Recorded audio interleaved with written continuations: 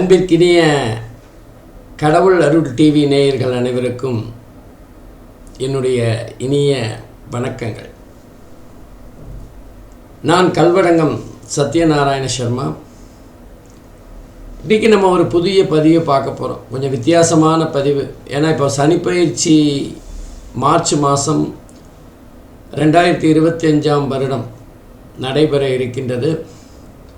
அந்த சனிப்பயிற்சி பற்றி பதிவுகள் வருவதற்கு முன்பாக 3 ராசிகள் கொஞ்சம் பயமுறுத்தப்படுகிறது. அதாவது 7 சனி, 3 ராசிக்கு 7 அப்படின்னு எடுத்துட்டோம்னா எந்தெந்த ராசிகளுக்கு 7 சனி இருக்குது, அது எப்படிப்பட்ட பலன்களை தரும் அப்படிங்கிறது தான் இந்த பதிவு. பொதுவாக சனி பகவானை பொறுத்தவரை ஒரு பூச்சாண்டித்தனமான விஷயங்கள் நடந்து கொண்டிருக்கிறது. சனி வருது, 7 சனி வரப்போகிறது, அஷ்டமத்து சனி, கண்ட சனி, இப்படி சனியை பொறுத்தவரை ஒரு பயமுறுத்தலாகவே இருக்குது. இந்த சின்ன குழந்தைக்கு பூச்சாண்டி காட்டுற மாதிரி சனி பகவான் ஒரு பயமுறுத்தலான கிரகமாகத்தான் இருந்து கொண்டிருக்கின்றது. அந்த மாதிரியெல்லாம் இல்லை. இப்போ உதாரணமாக நிறைய பதிவுகளை பார்த்திங்கன்னா, சிம்மத்துக்கு அஷ்டமத்தில் சனி, அவ்வளவுதான், சிம்ம ராசிக்காரர்கள் தயாராக இருக்கணும், எதுக்கும் தயாராக இருக்கணும் அப்படின்னு ஒரு பயமுறுத்துகிற தன்மை தான் இருக்குது. அந்த மாதிரியெல்லாம் இல்லை. ஏன்னா அந்த சனி பயிற்சி அப்படிங்கிறது ஒரு 20% தான் ராசி அடிப்படையில் நடைபெறும். அதுக்கு நிறைய காரண காரியங்கள் இருக்குது. அப்படி பார்த்தா இப்போ நடைபெற்று கடகராசிக்காரர்களுக்கு அஷ்டமத்து சனி தான். கடகராசிக்காரர்கள்லாம் என்ன ஊரை விட்டு ஓடிட்டாங்களா, நாட்டை விட்டு ஓடிட்டாங்களா? அப்படியெல்லாம் இல்லை. நம்ம இந்த காலத்தில் கொஞ்சம் கவனமாக இருக்கணும் அப்படிங்கிறது தான் இதோட தாத்பரியம்.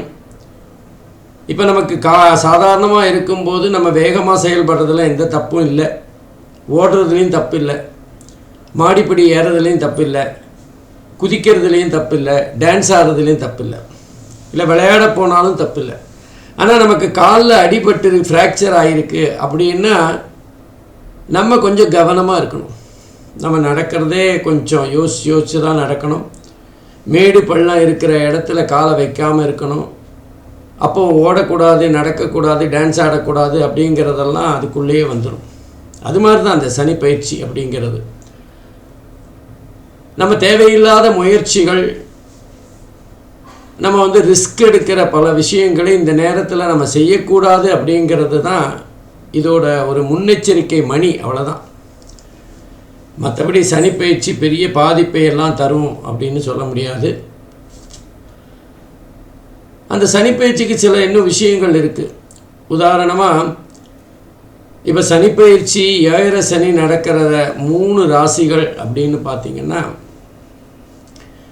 சனி பகவான் மார்ச் மாதம் 29ஆம் தேதி 2025 வருடம் இரவு மணி 9:43 மணிக்கு கும்பராசிலேருந்து மீனராசிக்கு பயிற்சியாகிறார்.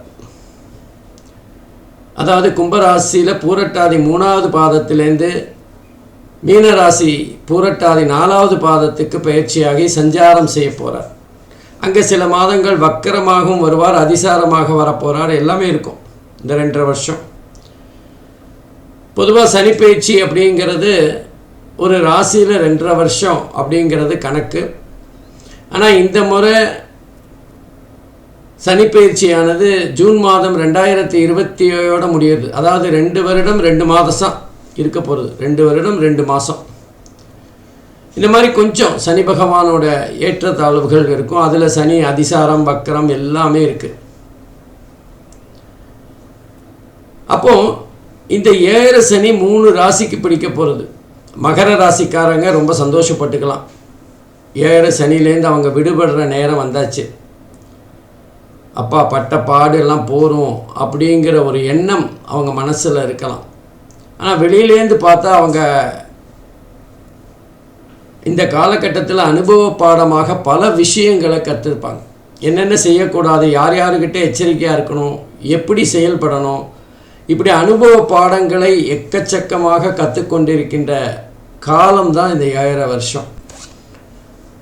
அப்போது அந்த 7 வருஷமும் அவர்களுக்கு பாதகம் மாதிரி தெரிஞ்சாலும் சாதகமான விஷயங்கள் தான். அவங்களோட இடைப்பட்ட அல்லது இனிமே வருகின்ற வாழ்க்கைக்கு முக்கியமான பாடங்களை கற்றிருப்பார்கள். நிறைய பேரை புரிஞ்சுட்டு இருப்பாங்க, நிறைய விஷயங்களை புரிஞ்சுட்டு இருப்பாங்க. இதுதான் அந்த 7 வருடங்கள் அல்லது 7 சனி அப்படிங்கிற அந்த காலகட்டத்தோட தாத்பரியம். அதுலேயும் நிறைய விஷயங்கள் இருக்குது. இப்போ 7 சனி வருது, கும்பராசிக்கு 7 இருக்குது, மீனத்துக்கு இருக்குது, மேஷத்துக்கு இருக்குது. இந்த கும்பம், மீனம், மேஷம் இந்த ராசி அன்பர்கள் அவங்களுக்கு 7 வரும் காலத்தில் அவங்களுக்கு சனி தசையோ சனி புக்தியோ நடந்தால் கொஞ்சம் கூடுதலான கவனம் இருக்கணும். அவங்களுக்கு உடல் ரீதியான பிரச்சனைகள், கொஞ்சம் சோர்வு, அசதி போன்ற விஷயங்கள் ஏற்படக்கூடிய வாய்ப்புகள் இருக்குது. நம்ம ஏற்கனவே சொன்னோம், காலில் அடிபடும் போது கவனமாக நடக்கணும்னு. இப்போ கும்பம், மீனம், மேஷம் ஆகிய 3 ராசிகளும் காலில் அடிபட்டு இருக்கிற சனியினால் ஓடக்கூடாது அப்படின்னு சொல்கிறோம். மற்ற ராசிகள்லாம் ஓடக்கூடாது, நடனம் ஆடக்கூடாதுன்னா, கும்பம், மீனம், மேஷம் இந்த 3 ராசியும் நடக்கிறதே கொஞ்சம் கேர்ஃபுல்லாக நடக்கணும், கவனமாக நடக்கணும். கால் வைக்கிற இடத்துல ஏதாவது இருக்கா அப்படின்னு பார்க்கணும். அந்த மாதிரி ஒரு விஷயத்தை அலசி ஆராய்ந்து அதன் பிறகு செயல்படுகின்ற தன்மை அவங்களுக்கு இருக்கணும். எடுத்தோம் கவுத்தோன்னு எந்த விஷயத்தையும் பண்ணக்கூடாது. ரிஸ்க் எடுக்கிறதெல்லாம் எனக்கு ரஸ்க்கு சாப்பிட்ற மாதிரி அப்படின்னு சொன்ன காலம்லாம் வேறு. இந்த காலத்தில் நீங்கள் எடுக்கிற ஒவ்வொரு முடிவுமே ரிஸ்க்கு தான், யோசித்து செய்யணும். ஏன்னா உங்களுக்கு பாடம் கற்றுக் கொடுக்க போகிறார். அதனால் ஹோம்ஒர்க் கொஞ்சம் கஷ்டமாக தான் இருக்கும். ஆகவே சனி திசை சனி புக்தி நடக்கிற கும்பம், மீனம், மேஷ ராசிகள் கொஞ்சம் கவனமாக இருக்கணும். அவ்வளோதான், வேறு ஒன்றும் பெரிய விஷயங்கள் அல்ல. நம்ம கவனப்பெசகாக இருந்துட்டு அதனை சனி மேலே பழிய போடக்கூடாது. சனிங்கிறது நமக்கு தருகின்ற எச்சரிக்கை. இப்போ நம்ம ரோட்டில் ஸ்பீட் பிரேக்கர் இருக்குன்னா அது நம்ம வேகத்தை கட்டுப்படுத்தணுங்கிறதுக்காக வைக்கப்பட்டது. நான் வேகமாக தான் வருவேன் அப்படின்னா அந்த ஸ்பீட் பிரேக்கர் உங்களை தூக்கி தான் அடிக்கும். அது மாதிரி தான் 7 சனிங்கிறது இந்த ஸ்பீட் பிரேக்கர் மாதிரின்னு வச்சுக்கோங்களேன். அப்போது இந்த காலகட்டத்தில் நம்ம கொஞ்சம் கவனமாக இருக்கணும் அப்படிங்கிறது தான் அதோட தாத்பரியம். அதுவும் குறிப்பாக மீன ராசிக்கு ஜென்ம சனி அப்படின்னு சொல்லுவாங்க. அதே மாதிரி மேஷ ராசிக்கு 12வது வீட்டில் இருக்கிறதுனால விரைய சனி அப்படின்னு சொல்லுவாங்க. கும்பராசிக்கு 2வது வீட்டில் இருக்கிறதுனால பாத சனி அப்படின்னு சொல்லுவாங்க. இது 3மே 7 சனியோட ஒரு 3 பிரிவுகள். அந்த 3க்குமே வெவ்வேறான பலாபலன்கள் இருக்கும். இதை தவிர சனியோட பாதிப்பு தருகின்ற இடங்கள் அப்படின்னா, சனியை பொறுத்தவரை அவர் நான் அஷ்டமத்து சனி, கஷ்டமத்தை தரத்தான் செய்வார். அப்போது சிம்ம ராசிக்கு அஷ்டமத்தில் சனி, கன்னி ராசியை பொறுத்தவரை கண்ட சனி அப்படின்னு சொல்லலாம். தனுசு ராசிக்கு அர்த்தாஷ்டம சனி. அப்போது மிக முக்கியமாக கவனிக்க வேண்டியது இந்த கன்னி ராசியும் தனுசு ராசியும்.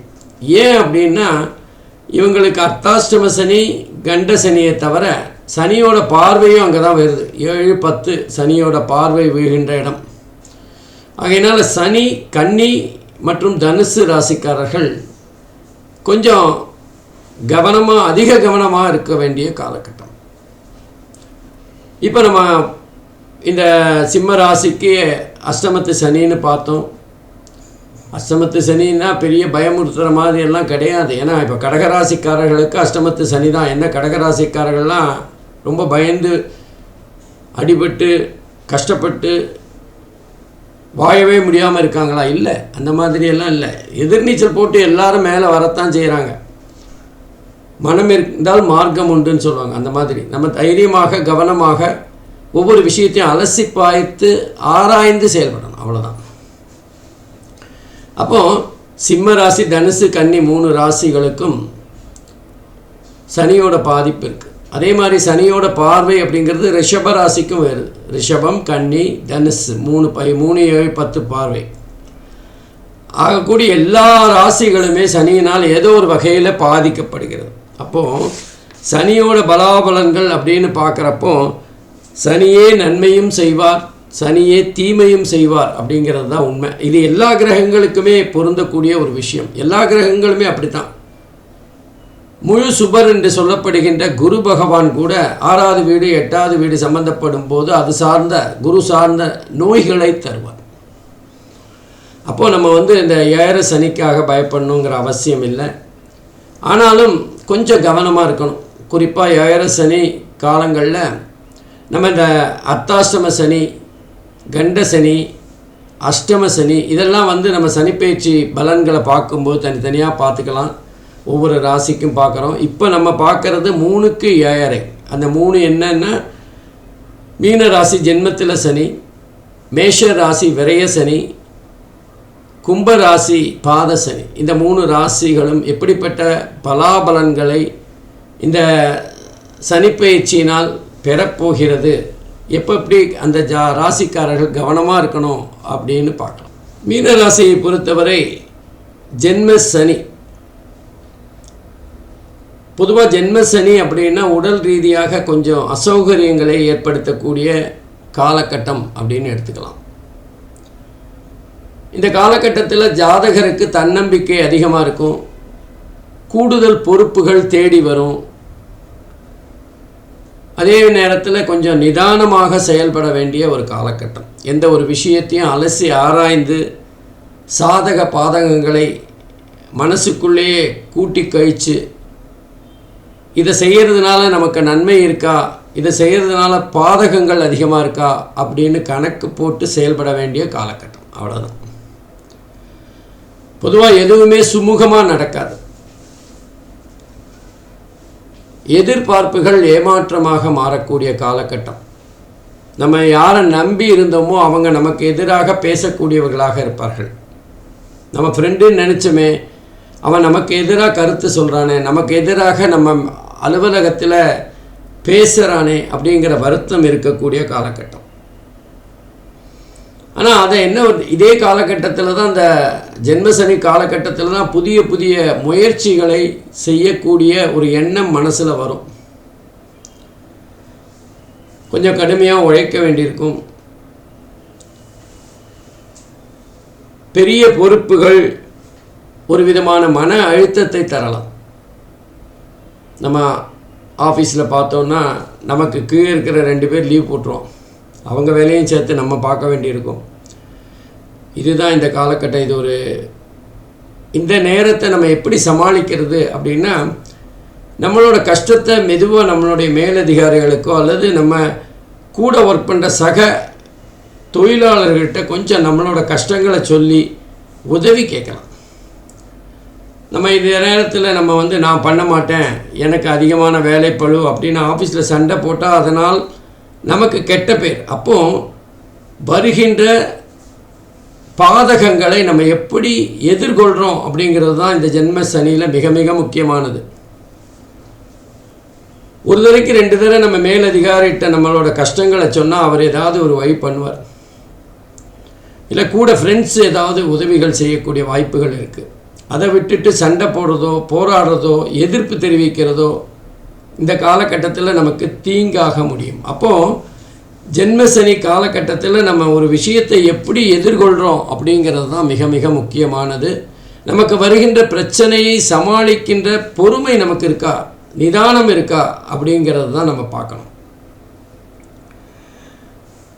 நமக்கு கடுமையாக நம்ம உழைக்கிறோம், 2 பேர் வேலையை நம்ம பார்க்குறோம் அப்படின்னா அதனால் சோர்வு வெறுப்பு இதெல்லாம் ஏற்படக்கூடும்.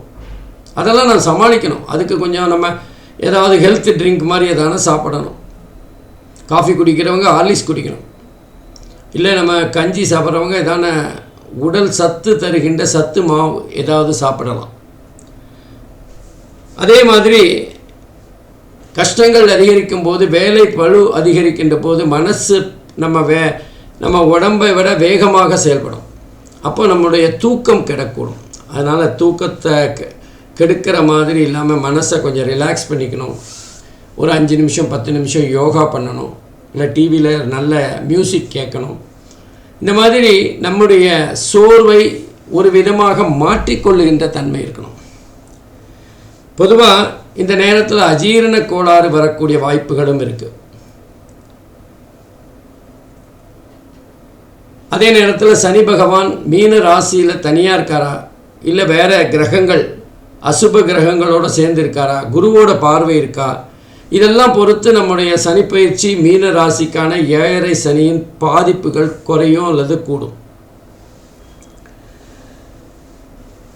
பொதுவாக இந்த நேரத்தில் நமக்கு பொறுமை தன்னம்பிக்கை அதிகமாக இருந்தால் 7.5 சனியை வெகு எளிதாக சமாளிச்சிடலாம். இதை தான் விதியை மதியால் வெல்லலாம் அப்படிங்கிறது.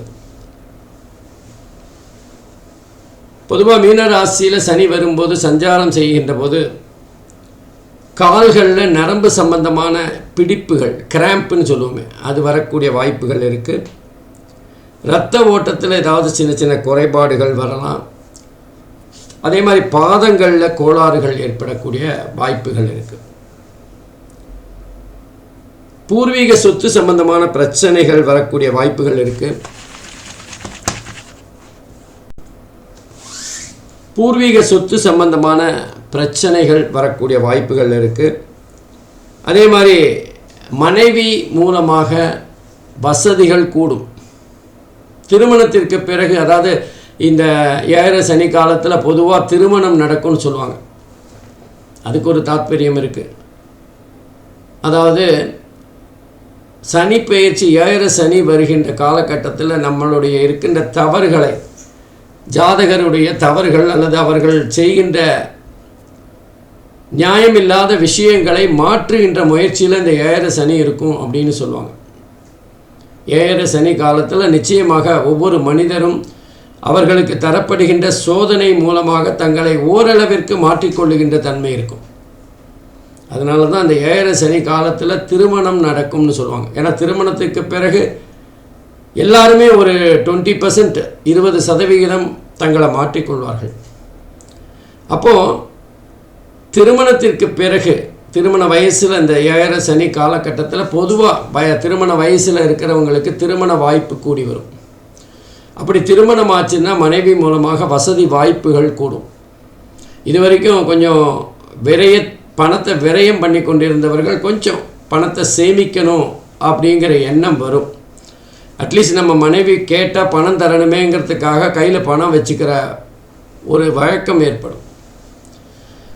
இதெல்லாம் தான் நமக்கு பாடங்கள், வாழ்க்கை பாடங்கள் நடைபெறுகின்ற 7.5 சனி காலம்.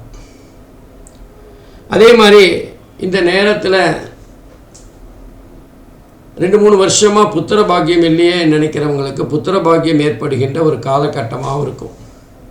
மொத்தத்தில் ஜென்ம சனி அப்படிங்கிறது கொஞ்சம் பிரச்சனைக்குரிய விஷயம்தான். ஆனாலும் நம்ம அதை எதிர்கொள்கின்ற, அதை நம்ம எப்படி ஃபேஸ் பண்ணுறோம் அப்படிங்கிறது மிக மிக முக்கியமானது. அடுத்து கும்பராசி. கும்பராசிக்கு பாத சனி அப்படின்னு சொல்லலாம். அதாவது 2வது வீட்டில் சனி பகவான் சஞ்சாரம் செய்கிறார். 2வது வீடு அப்படிங்கிறது தனஸ்தானம், குடும்பஸ்தானம், வாக்குஸ்தானம். அதை நேத்திரஸ்தானம்னு சொல்லுவாங்க. கண்டிப்பாக இந்த மீன ராசியில் சஞ்சாரம் செய்யும்போது கும்பராசி என்பர்களுக்கு கண்ணு சம்பந்தமான பிரச்சனைகள் இருக்கும். நீண்ட காலமாக கண்ணு பிரச்சனை இருக்கே, என்ன பண்ணலாம் அப்படின்னு இருந்தவங்க இந்த காலகட்டத்தில் அறுவை சிகிச்சை செய்து அதை சிகிச்சை மூலமாக சரி செய்து கொள்ளுகின்ற காலமாக அமையும். நம்ம இது வரைக்கும் சிகிச்சை பண்ணலை, அதுதான் நம்மளோட தப்பு. ஆனால் இந்த காலத்தில் இந்த கண் பிரச்சனை அதிகமாகி நம்மளை ஆஸ்பத்திரிக்கு கூட்டின்னு போய் ஆப்ரேஷன் பண்ணுகின்ற அளவுக்கு நம்மளை கொண்டு நிறுத்திடும். 7.5 சனி வேலை பண்ணிட்டுன்னு நம்ம சொல்கிறோம். உண்மையிலே அது 7.5 சனி பண்ணலை. நம்ம கடந்த வருடங்களில் கண்ணில் இருக்கிற பிரச்சனையை பெருசாக எடுத்துக்காமல் அது தானாகவே சரியாயிடும்னு விட்டதுனால ஏற்பட்ட பிரச்சனை. அப்போது அந்த நேத்திரஸ்தானத்தில் சனி பகவான் வரும்போது நிச்சயமாக கண் சம்பந்தமான ஏதாவது ஒரு சிகிச்சை அல்லது கண்ணில் ஏதாவது ஒரு பிரச்சனை ஏற்படக்கூடும். அது கவனமாக இருக்கணும். அது சம்பந்தமான செலவுகள் வரக்கூடும். குடும்பத்தில் கணவன் மனைவி 2 பேருக்குமான ஒரு விதமான பிணக்குகள் ஏற்படும், கருத்து வேறுபாடுகள் ஏற்படும். நம்ம வலது காலை வச்சு அவங்க இடது காலை வைப்பாங்க. நம்ம ஒன்று சொன்னால் அவங்க ஒன்று சொல்லக்கூடிய காலகட்டமாக இருக்கும். இதெல்லாம் கும்பராசி அன்பர்களுக்கு நடக்கின்ற ஒரு விஷயந்தான். ஆனால் கும்பராசிக்கு ஒரு சந்தோஷமான விஷயம் என்னென்னா, ஜென்ம ராசியிலேருந்து தப்பிச்சிட்டாங்க. ஜென்ம சனியிலிருந்து பாத சனிக்கு மாறியிருக்கா. கொஞ்சம் ஒரு 10% முன்னேற்றம் உடைய அல்லது கெடுபலன் குறைகின்ற ஒரு தன்மை. அப்போது கும்பராசியை பொறுத்தவரை தனஸ்தானம், குடும்பஸ்தானம், வாக்குஸ்தானத்தில் சனி பகவான் சஞ்சாரம் செய்கிறதுனால கொஞ்சம் வார்த்தைகளை யோசித்து பேசணும். நம்ம பேசுகிற நிறைய விஷயங்கள் நமக்கு எதிராக திரும்பக்கூடும். நம்ம ஒரு சுமூகமாக ஒரு விஷயத்தை முடிச்சிடலாம் அப்படின்னு சமாதானம் பேசும்போது நம்முடைய வார்த்தைகளில் இருக்கிற ஒரு கெட்ட சக்தி நம்மளை பிரச்சனையை பூதாகரமாக மாற்றிவிடும். சமாதானத்துக்கு வர்றவன் கோர்ட்டுக்கு போகிற அளவுக்கு போயிடும்.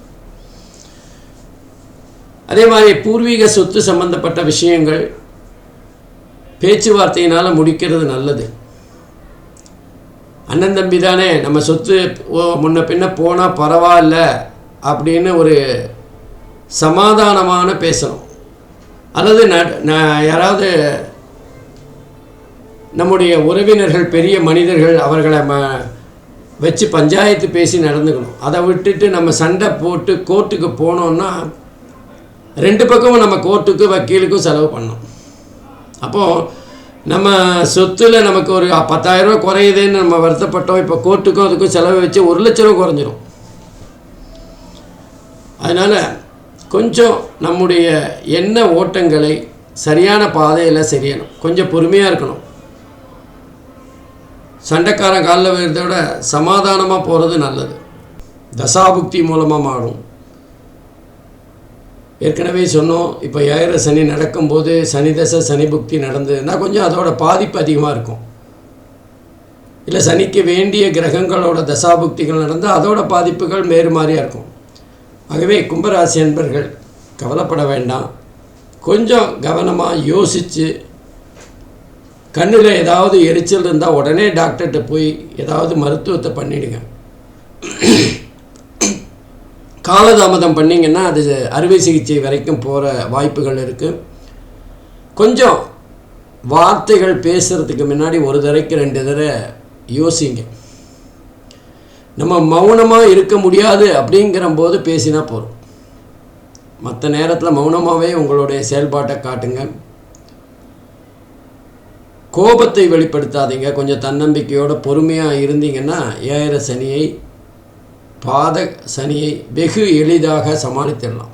கண்டிப்பாக சமாளிக்க போகிறீங்க யாராக இருந்தாலுமே. அது பெரிய பாதிப்பு இல்லாமல் நம்ம சமாளிக்கணும் அப்படிங்கிறது தானே ஒவ்வொருவருடைய ஆசையாக இருக்கும். அதனால் சனியை பார்த்து பயப்பட வேண்டிய அவசியம் இல்லை. நீங்கள் பயப்பட வேண்டியது உங்கள் மனசு. உங்கள் மனசு என்ன சொல்கிறது, உங்கள் மனசு எப்படி நடக்க போகிறது அப்படிங்கிறத தான் உங்களுக்கு கிடைக்க போகிற பலன். இப்போ குத்து சண்டையில் நம்மளோட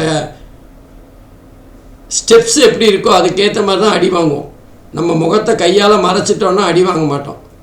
கொஞ்சம் முகத்தை ஓப்பனாக விட்டோன்னா முகத்தில் அடிபடத்தான் செய்யும். அந்த மாதிரி தான் நம்மளுடைய தடுப்பாட்டத்தில் இருக்க வேண்டிய காலகட்டம் இது. கும்பராசி என்பர்கள் பாத சனியை தடுப்பாட்டத்தின் மூலமாக கொஞ்சம் பொறுமையாக வார்த்தைகளை அளந்து பேசினா நல்லா சமாளிச்சிடலாம்.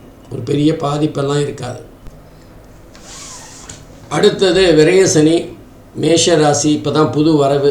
7 சனிக்கு இந்த புது வரவான மேஷராசி என்பர்கள் கொஞ்சம் பணம் செலவாகும். நீங்கள் 7 சனி காலத்தில், இந்த விரைய சனி காலத்தில் உங்களோட பொருட்களை கொஞ்சம் ஞாபகமாக வச்சுக்கணும். நம்ம ஒரு பொருளை இந்த இடத்துல தான் வைக்கணும்னா அந்த இடத்துல வைக்கணும். அதை விட்டுட்டு நம்ம ஏதாவது ஒரு இடத்துல, இப்போ ரயிலில் போகிறோம், நம்மளோட செல்லை நம்ம பேக்கில் வச்சுருந்தா இந்த பிரச்சனையும் இல்லை, நம்ம கையில் வச்சுருந்தா எந்த பிரச்சனையும் இல்லை. நம்ம ரயில்வே அந்த பேக்கு முன்னாடி ஒரு பேக் இருக்கும், அல்லது ரயில்வே சீட்டு மேலே வச்சுட்டு நம்ம ரயில்லேருந்து இறங்கும்போது அவசரத்தில் பெட்டியை தூக்கின்னு இறங்கிடும், மறந்து போயிடும் செல்லு. அதனால் நம்மளுடைய பொருட்களை ஒரு நல்ல இடத்துல நம்ம வைக்கணும், நம்மளோட இடத்துல வச்சுக்கணும், பாதுகாப்பாக வச்சுக்கணும் அப்படிங்கிற ஒரு எண்ணத்தை வளர்த்துக்கணும். அதுக்கான காலகட்டமாக தான் இது இருக்கும். பொதுவாக விரைய சனி அப்படிங்கிறதுனால நீங்கள் ஏதாவது புதிய முயற்சிகள் பண்ணுவீங்க. வீடு கட்டுறீங்கன்னா நம்ம பணத்தை குறைவாக, ரெப்யூட்டட் கம்பெனி இல்லாமல் ஏதாவது ஒரு பில்டிங் கான்ட்ராக்டர்கிட்ட கட்ட சொல்லி கொடுக்கும்போது நம்ம பணத்தை சிக்கனம் பண்ணணும்னு நினைப்போம். ஆனால் அவர் 2 மடங்கு விரயத்தை ஏற்படுத்திடுவார். ஆகவே நம்முடைய முயற்சிகள் சரியான கால்குலேஷன் இருக்கணும், நல்ல திட்டங்கள் இருக்கணும். இது இப்படி தான் நம்ம பண்ண போகிறோம், இது நம்ம பண்ணுறது கரெக்டானு ஒரு தடவைக்கு 2 தடவை யோசித்து பார்க்கணும். அவ்வளோதான். மேஷராசி அன்பர்கள் கொஞ்சம் அவசரப்படக்கூடியவர்களாக இருப்பார்கள். ஆனால் இந்த 7 சனி மேஷராசி அன்பர்களுக்கு கொஞ்சம் கூடுதல் பாதகமாக இருக்கும். ஏன் அப்படின்னா, மேஷராசி அன்பர்களை பொறுத்தவரை அவங்கக்கிட்ட 2 பலவீனமான குணங்கள் இருக்குது. ஒன்று அவங்க தோல்வியை அவ்வளவு எளிதாக ஏற்றுக்கொள்ள மாட்டார்கள். தோல்வியினால் ஏற்படுகின்ற பாதிப்பு அவர்களுக்கு அதிகமாக இருக்கும். 2வது அவங்க எப்போவுமே வேண்டியவர்கள் வேண்டாதவர்கள் அப்படிங்கிற ஒரு பாகுபாடு இருக்கும். ஒரு விஷயத்தை ஒருத்தர் சொன்னால் இது வேண்டியவர்கள் சொன்னால் ஏற்றுப்பாங்க, வேண்டாதவர் சொன்னால் அதை விட்டுருவாங்க. ஸோ மேஷராசி இதனால் பெரிய பாதிப்புகள் இருக்கும். இதை மாற்றுகின்ற முயற்சியாகத்தான் இந்த சனிப்பெயர்ச்சி அவர்களுக்கு வரக்கூடும். இந்த விரய சனி மூலமாக உங்களுடைய பொருட்களை பாதுகாப்பாக சரியாக வைக்க வேண்டிய இடத்துல வச்சிங்கன்னா விரயமாகாது. பணமும் அப்படித்தான், தேவையில்லாத முறையில் நம்ம செலவு செய்கிறதுனால பணம் விரயமாகக்கூடிய காலகட்டமாக இருக்கும். சில சமயங்களில் நமக்கு தேவையில்லாத பொருட்களை வாங்கி அது விரயமாக்கிடுவீங்க.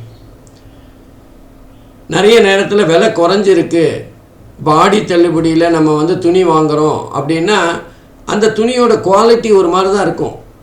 நம்ம குறைந்த பணத்தை முதலீடு செய்து பணம் வாங்குகிறோம், ஆனால் அந்த துணி நமக்கு அது ஒத்துழைப்பு கொடுக்குமா, நமக்கு அது நல்லா இருக்குமா அப்படின்னா கண்டிப்பாக இருக்காது. நம்ம கொடுக்குற விலைக்கேற்ற, அதாவது விலைக்கேற்ற பண்டம் தான் அது கிடைக்கும். காசுக்கேற்ற பண்டம்னு சொல்லுவாங்களே, அது மாதிரி நம்ம என்ன விலை கொடுக்குறோமோ அதுக்கேற்ற முறையில் தான் நமக்கு பண்டம் கிடைக்கும். அதனால் கொஞ்சம் கவனமாக பணம் விஷயத்திலும் சரி, சேமிப்பு விஷயத்திலும் சரி, யாருக்காவது தெரியாதவங்களுக்கு கடன் கொடுக்கும்போது யோசிக்கணும். நண்பராக இருந்தாலுமே நம்ம கடன் கொடுக்கறது இந்த காலகட்டத்தில் அவ்வளவு சரியாக இருக்காது. கும்பராசி என்பர்கள் எந்த விதமான நண்பர்களுக்கு உதவி செய்கிறோம் பேர் வழின்னு நம்முடைய சொத்துக்க பத்திரங்களை கொடுத்து கடன் வாங்கிறதுங்கிறது ரொம்ப ஆபத்தாக முடியும். அதே நேரத்தில் யாருக்காவது ஜாமீன் கையெழுத்து போட்டால் அது பிரச்சனையாகக்கூடிய காலகட்டமாக இருக்கும். அதெல்லாம் யோசிக்கணும். நம்ம 100 ரூபா கேட்டு 1000 ரூபா கேட்டு 10,000 ரூபா கேட்டு நம்மகிட்ட இருந்து கொடுத்துட்டோன்னா அதோடு போயிடும். ஆனால் உங்கள் சொத்து பத்தை நம்ம கடன் வச்சு பேங்கில் வாங்குகிறோம், அது வட்டி குட்டி போட்டு உங்களோட சொத்தையே அழிக்கக்கூடிய தன்மையாக மாறும். அதனால் கொஞ்சம் ஜாமீன் கையெழுத்து, பத்திரத்தை வச்சு லோன் வாங்கிறது, அகலக்கால் வைக்கிறது, கடன் வாங்கிறது போன்ற விஷயங்களில் ஒரு தடவைக்கு 100 தடவை யோசிங்க. அதை விட முக்கியமானது உங்கள் வீட்டில் உங்கள் வாழ்க்கை துணை அல்லது உங்களுடைய தந்தை, பெற்றவர்கள், சகோதரர்கள் அவங்ககிட்ட கொஞ்சம் கலந்து ஆராயுங்க. அவங்க என்ன சொல்கிறாங்களோ அதை கேளுங்க. இந்த ஒரு 2.5 வருஷம் பல்லக்கு அடிச்சுன்னு அவங்க என்ன சொல்கிறாங்களோ கேளுங்க. மற்றபடி உங்களுக்கு இந்த மேஷராசி அன்பர்களுக்கு உங்களுக்கான மாற்றத்தை உருவாக்குகின்ற விரய சனியாக வரப்போகிறது. அதோட லாப நஷ்டம் எவ்வளவு அப்படிங்கிறத நீங்கள் தான் தீர்மானிக்கணும். உங்களோட செயல்பாடு தான் தீர்மானிக்க போகிறது. நீங்கள் எப்படி பண்ண போகிறீங்கிறது தான் அதை தீர்மானிக்க போகிறது. நன்றி, வணக்கம். கடவுள் அருள் டிவியை பார்த்தமைக்கு நன்றிகள். மேலும் இது போன்ற தகவல்களை தெரிந்து கொள்ள கடவுள் அருள் டிவியை சப்ஸ்கிரைப் செய்யுங்கள். மறக்காமல் பெல் ஐக்கானை கிளிக் செய்யுங்கள்.